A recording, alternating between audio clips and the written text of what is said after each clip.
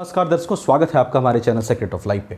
आज की वीडियो वृश्चिक राशि के लिए काफ़ी इंपॉर्टेंट रहेगी क्योंकि शनि के बारे में हम चर्चा करेंगे। ससयोग, ढैया, इन सब चीज़ों को क्लियर करेंगे। ढैया आपकी 12 जुलाई से खत्म हो रही है और 12 जुलाई 2022 से लेकर के 17 जनवरी 2023 तक आपको ढैया अब खत्म हो जाएगी और ये अच्छा लंबा पीरियड है, लगभग 6 महीने का पीरियड है। तो इस 6 मंथ के पीरियड में क्या आपको बेनिफिट मिलेगा, क्या नेगेटिव चीज़ें आप फेस कर रहे थे जिससे आपको अब मुक्ति मिलेगी और किस तरह से आपको चलनी चाहिए, क्या सावधानियां आप बरतनी चाहिए और यहाँ जब शनि आए हैं तो क्या इसका बेनिफिट मिलेगा और क्या थोड़ा बहुत चीज़ों का आप ध्यान रखें, इस पर हम डिटेल में चर्चा करेंगे, अच्छे से चर्चा करेंगे और कोशिश करेंगे आपको कुछ देने की। आप वीडियो को लास्ट तक देखिएगा और समझने की कोशिश करिएगा जो मैं कह रहा हूं, क्योंकि वो बहुत इंपॉर्टेंट होगा। देखिए, अगर आप वृश्चिक लग्न और वृश्चिक राशि के लिए हैं तो एक बात मैं आपको क्लियर कह दूं, दुनिया में इमोशनल होना अच्छी बात है, इमोशनल होना बुरी बात नहीं है, लेकिन जब आपका इमोशन ही आपका शत्रु बन जाए तब उस वक्त आपको ये समझना होगा कि व्यापक दृष्टिकोण क्या आपका होना चाहिए जीवन में आगे बढ़ने के लिए। देखिए, आपका इमोशन आपकी ताकत है, इसमें कहीं को दो मत नहीं है। और मैं आपको बता दूं, वृश्चिक लग्न वालों का अगर ये थोड़ी सी कोशिश करें, एक गुण रहस्य बताता हूं, तो शिव जी से इनका संबंध गहरा होता है। मैं बहुत डिटेल में नहीं जाऊंगा क्योंकि डिटेल में जाऊंगा तो इस टॉपिक पे वीडियो लंबी हो जाएगी। अगर आप कहिएगा तो एक बना दूंगा वीडियो कि आपका क्या रहस्य है, क्यों आप इतने इमोशन है और इमोशन और एग्रेशन का इतना ज़बरदस्त समन्वय आपके अंदर कैसे है in the comparisons of other science, क्योंकि अदर साइन के लोगों में इतना नहीं होता है इमोशन और एग्रेशन का समन्वय जितना आप में होता है। इमोशन भी पिक लेवल पे होता है और एग्रेशन भी पिक लेवल पे होता है।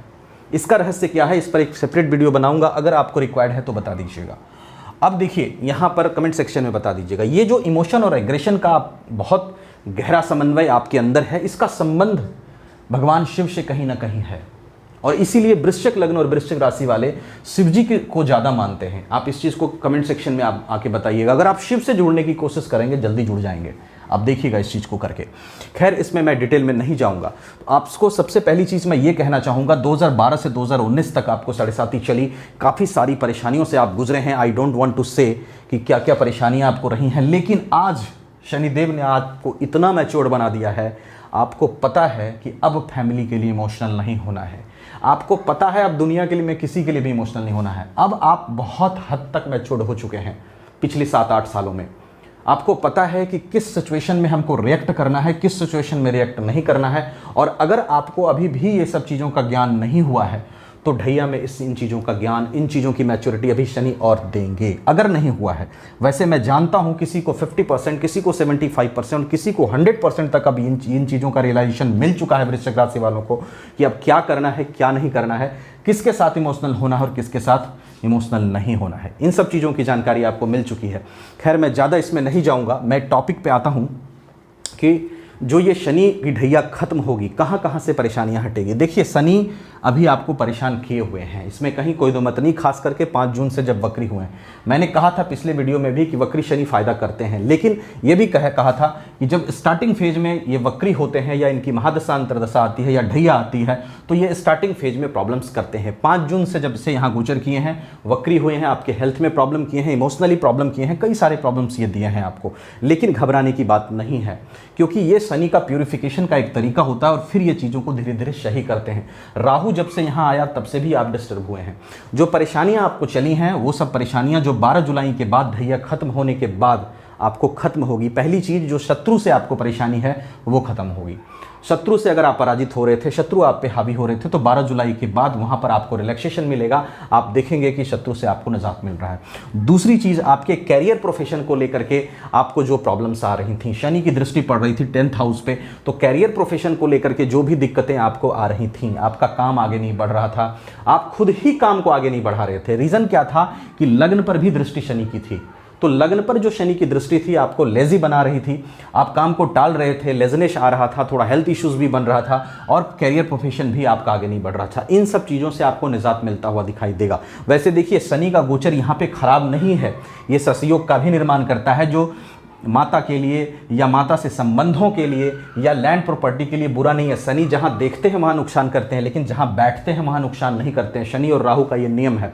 तो ये गोचर 4th हाउस की चीज़ों के लिए बढ़िया था, लेकिन कैरियर प्रोफेशन में दृष्टि से नुकसान कर रहे थे, शत्रु से थोड़ा सा प्रॉब्लम आ रहा था, ये सब चीज़ें आपकी सॉल्व होंगी। एंजाइटी डिप्रेशंस की जो स्थिति बनी हुई थी वो 12 जुलाई के बाद आपकी कम होती हुई दिखाई दे रही है, क्योंकि ढैया वहाँ से खत्म होगा और शनिदेव यहाँ आ जाएंगे।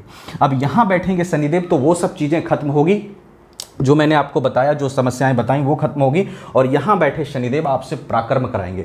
आपका एनर्जी लेवल बढ़ेगा, क्योंकि ये हाउस ही होता है पराक्रम का। यहाँ बैठे शनिदेव अपने घर को बल प्रदान करेंगे, तो आप ज़्यादा एनर्जेटिक 12 जुलाई से हो जाएंगे, ज़्यादा एनर्जेटिकली सोचेंगे। पर हाँ, शनि की दृष्टि भाग्य भाव पर होगी, मेहनत में कमी मत करिएगा, क्योंकि मेहनत तो ये करवाएंगे, इसमें कहीं कोई दो मत नहीं, क्योंकि भाग्य भाव पर दृष्टि डालेंगे तो एकदम ईजिली नहीं देंगे, मेहनत करा के देंगे, लेकिन देंगे और आप मेहनत करने के लिए तैयार हो जाएंगे, क्योंकि लग्न से दृष्टि इनकी हट रही है। उसके बाद जो फ़ायदा होगा, छोटे भाई बहन के साथ बेहतर समन्वय होगा, पब्लिक में, समाज में आपका थोड़ा सम्मान बढ़ेगा, क्योंकि ये पब्लिक डीलिंग का भी हाउस होता है, तो उसमें आपका सम्मान बढ़ेगा, वो सब चीज़ें आपके लिए अच्छी होंगी। देखिए, उसके बाद जब जाएंगे कुंभ राशि में अगले साल, तो उस पर भी तो वीडियो हम देंगे, लेकिन अभी जो अब आपको दिमाग में रख के चलना है वो ये रख के चलना है कि आपको अब पराक्रम करना है और पास्ट को भूलना है। बहुत सारी परेशानियां आपके साथ हैं, लेकिन आप परेशानियों के बीच पॉजिटिविटी को देखिए कि पॉजिटिव चीज़ क्या है जो आपको आगे लेके जा सकती है, क्योंकि एनर्जी का लेवल आपके अंदर कम नहीं है, मेरा यकीन मानिए। वृश्चिक लग्न और वृश्चिक राशि में दुनिया बदलने की ताकत होती है, इसमें कहीं कोई दो मत नहीं है, नो डाउट इन दैट। ये कितनों भी टूट जाएं फिर भी इनमें उठने की ताकत होती है, तो खुद में भरोसा आपको करना होगा। इसके साथ साथ देखिए, ये शनि का गोचर है, शनि के गोचर के साथ साथ बाकी सभी ग्रहों की स्थिति पर निर्भर करता है कि आपका समय कैसा चल रहा है और कैसा चलेगा, क्योंकि कुछ लोग शनि में इतने डूब जाते हैं कि वो बाकी ग्रहों को भूल ही जाते हैं। ऐसा नहीं है, सूर्य भी आपके लिए बहुत इंपॉर्टेंट प्लैनेट बनते हैं, तो सूर्य की पोजीशन, शनि की पोजीशन, बाकी ग्रहों की स्थिति, आपकी लगन कुंडली में कैसी है, नवमांश कुंडली में कैसी है, सडबल में ग्रह की स्थिति क्या है, महादशा अंतरदशा किनकी चल रही है, ये सब बातों पर निर्भर करेगा कि प्रेडिक्शन कैसा रहेगा, समय कैसा चलेगा। तो अगर आप सक्षम हो तो एक बार अपनी कुंडली एनालिसिस भी जरूर कराइए, चाहे जिससे कराइए, आप हमसे संतुष्ट हैं तो हमसे कराइए, नहीं तो जहां अच्छा लगता है वहां कराइए। एक बार अपनी अच्छे एस्ट्रोलॉजर से जरूर दिखा लीजिए कि सारी स्थिति क्या है, और अकॉर्डिंगली आप रेमेडीज भी करिए, तो स्थिति ज़्यादा अच्छी रहेगी आपके लिए। आई थिंक आपको ये वीडियो अच्छी लगी हो, अगर अच्छी लगी हो तो लाइक शेयर करके चैनल को सब्सक्राइब कर लीजिएगा। Thank you so much.